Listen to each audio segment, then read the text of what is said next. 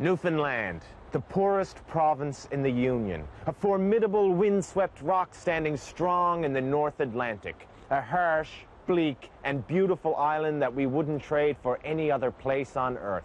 We cling to it like barnacles to a boat, tempting the elements and taunting Ottawa.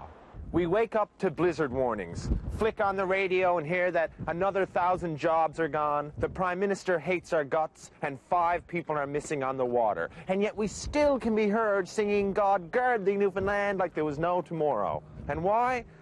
Because we have a sense of humor.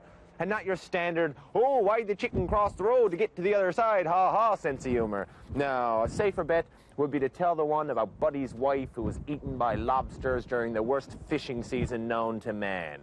And that's around the Sunday supper table.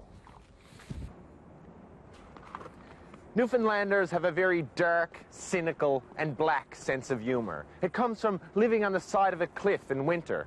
It's from being told you're a have-not people in a have-lots world. It's 400 years of waking up to a smack in the face. It forces you to seek comic relief in death and depression.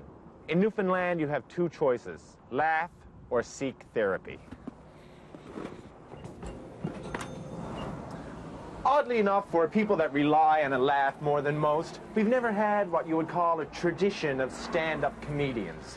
And as far as any void that is created by a lack of wacky guys with bad hair who tell jokes for a living, well, for that, we rely on our island's elected officials. For example, St. John's City Hall, broadcast on our own cable network, it is a freak show of epic proportions.